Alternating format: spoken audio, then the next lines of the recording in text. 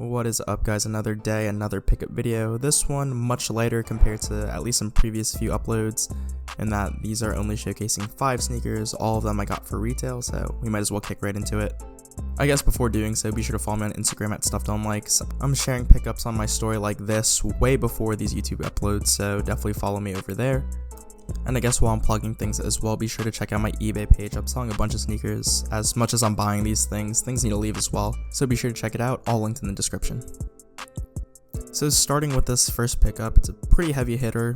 One of the most anticipated sneakers of the year, and it's the Ma Maniére collabed Air Jordan 4. So I was lucky enough to get these on their release date straight from mamaniere.com. The interesting thing that you'll see in these clips that these are actually in a size 9, and if you're a follower of my channel, I would typically wear a 9.5 in most sneakers. So I'd entered and gotten into the queue with a 9.5, and after a few minutes it already had showed the sold out. So I went back to the homepage and tried for a 9 because that was the only size that looked to be available, and before you know it, I was able to cart them, put in my payment information, and then boom, the order was confirmed. So I'm grateful to have hit. However, they are a bit snug, especially Jordan 4s. They're typically very, very snug, but given the quilted liner on the inside, I already tried these on. They're very, very tight. So I'm either going to wear thinner socks, or I might even just try to sell these and get my 9.5.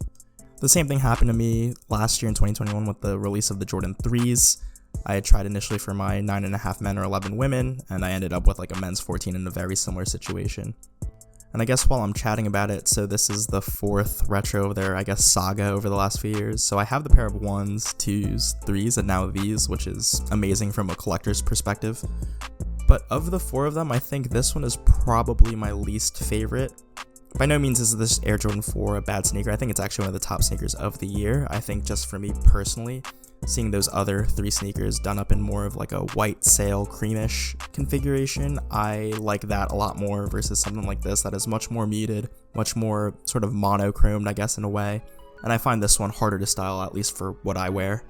Like all of the Ma Maniére collabed Air Jordans that release, and even like the social status stuff, there's definitely a big storytelling aspect to this, and this Air Jordan 4 is inspired by the black and brown leaders changing the world from the heart of their community with purpose, passion, and vision.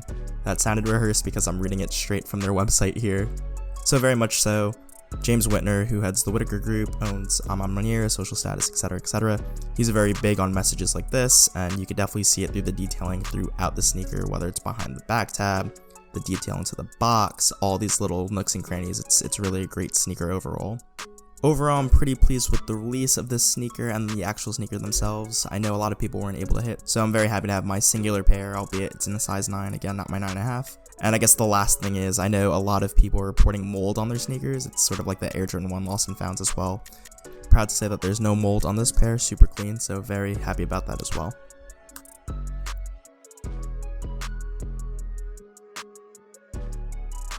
Continuing the theme of Air Jordan 4s, we have another one here, this one, a GR in the Midnight Navy colorway. So if you try to get these on their release the morning on the sneakers app, you'll know that it wasn't working on mobile. There were so many glitches, so many technical errors.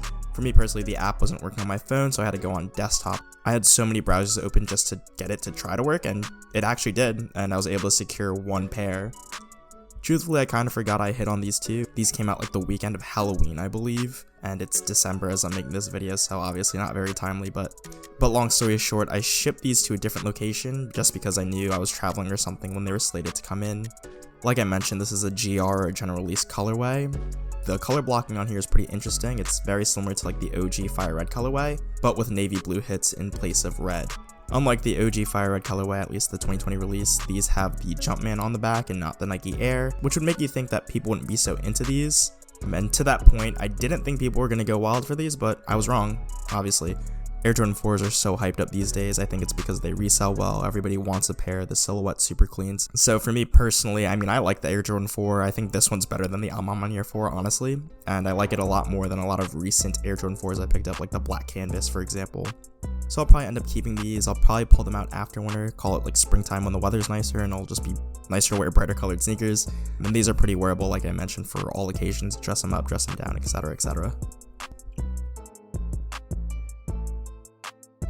Next on the chopping block here is a dunk that I'm actually surprisingly going to wear. I've been picking up a ton of dunks over the last 12, 24, 36 months, and this is one that I'm actually pretty excited about. It's the Fruity Pebbles collab LeBron James x Nike dunk, so call it triple collab, I don't even really know. I know these aren't popular by the masses, and I know a lot of people aren't too into them. A lot of people argue that they're like kind of corny, and if you're like a grown-ass man, shouldn't be wearing childish shoes like these. But for me personally, I think these are awesome. Conceptually, it's a really cool collab and idea. If your sneaker knowledge dates back to like the early 2000s, you know this isn't the first time that you've seen Fruity Pebbles associated with Nike and LeBron. The LeBron 4 model from way back in the day at the beginning of LeBron's career, they had essentially released a very similar collab between Fruity Pebbles on the LeBron 4, signifying LeBron's favorite cereal. And you know, that colorway is actually one of the more popular ones of the LeBron 4. Personally, I wasn't crazy on the LeBron 4. The LeBron 3 is actually my favorite LeBron silhouette of all time. Just brings me back to, you know, early elementary school days. But, you know, anyway, 2 decades or so later, they came back and did these up in the dunk, which is obviously taking the world by storm, like I mentioned, over the last year or so now. What I like about this one is that the quality is actually pretty decent. On the box, it's a Dunk Low QS, short for Quick Strike. You know, it's not like the Dunk Low Retro that we've seen over the last 2 years. And the leather quality on here is pretty decent. Compared to Dunk Retros that have that sort of plasticky leather, this leather is actually pretty soft to the touch. It's very much so a synthetic leather, but the finish on here is really nice. The softness is a big one for me. And at a $120 retail price, you really can't beat it, especially considering that the Nike Dunk is pretty much a very basic sneaker. You know, there's no advanced sneaker technology or anything. It's really for the retro look, the nostalgia, you know, all that good stuff. So I think of these very much like the Hello Kitty air presses that I picked up recently, for example. A lot of people wouldn't be caught dead in them, but if you're able to pull them off, I don't see the problem. The speckled laces that they come with are A1 as well, and they also come with a contrast purple. I'll probably keep in these stock laces just to complete the look. And if you're curious about how I'd style these, I'd literally just wear like all black and let these sneakers do the talking.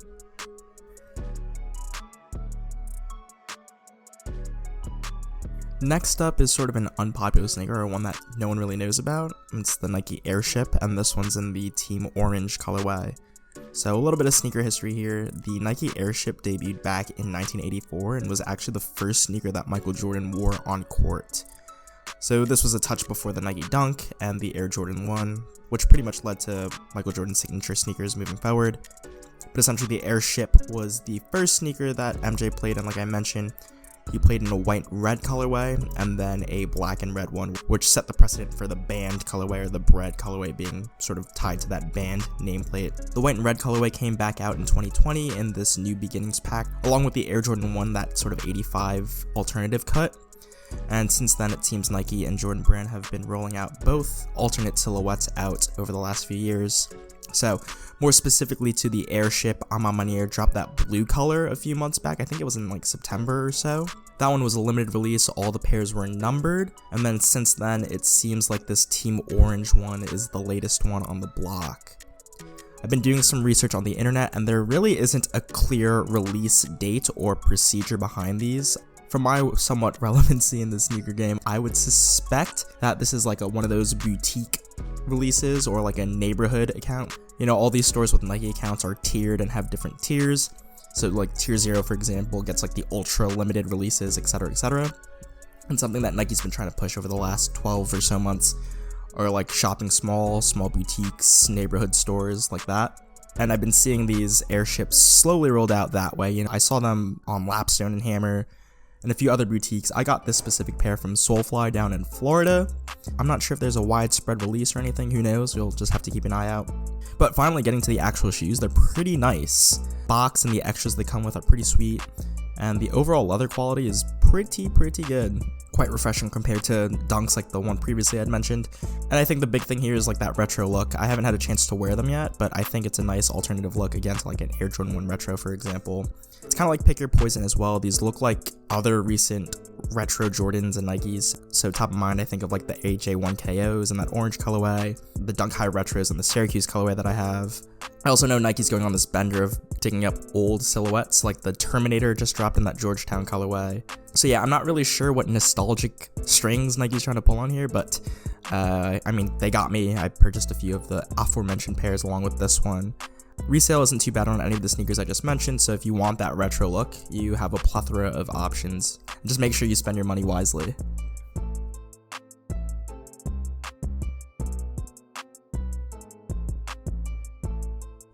And then the last sneaker to round out this video is probably the most underwhelming one of this total 5 pairs I'm showing you, and it's the Supreme collabed Nike Air Force 1, and in essence it's a triple white Air Force 1 with the only difference being the Supreme stamping both at the heel counter and then the insole. I guess you could get zesty and put in those red Supreme all over laces, but I don't know if I'm going to do that. No crazy difference when you compare it to a traditional Air Force 1 that you could buy at like a Foot Locker, for example. Leather quality is exactly the same, and if you don't know, Supreme has been restocking this and the triple black Air Force 1s pretty regularly, but they're pretty hard to get. You know, bots usually eat them up, so unless you're fast manually, it's pretty hard to get them. And in my 1.5 years of trying, I finally got through. And to be honest, it wasn't really a sneaker I needed. I don't really need a triple white Air Force 1 right now, especially as we head into the wintertime, so come summertime, these are going to be put on feet. I have the wheat pair. I was able to get those, I think, earlier in the year this year, or even Q4 2021. Either way, I see the appeal. These only retail for $118. It used to be cheaper back in the day, as were regular triple white Air Force 1s. But these retailed for $118. I think traditional ones are $110, so for an extra $8 and the shipping, I think it's worth it. I'd rather have this Supreme pair than a GR triple white colorway. And with that, this video is completed. Thanks for watching. I appreciate the viewership as always. If you like content like this, let me know in the comment section below. Be sure to drop a like if you enjoyed it, and if you're not a subscriber to the channel, feel free to do so. I upload videos here and there, all about sneakers, all about stuff I like, so I appreciate it if you do any of those 3. I've plugged the social media, I plugged the eBay, so we're gonna wrap up there. Thanks again for watching, and I'll catch you guys in the next video. Peace.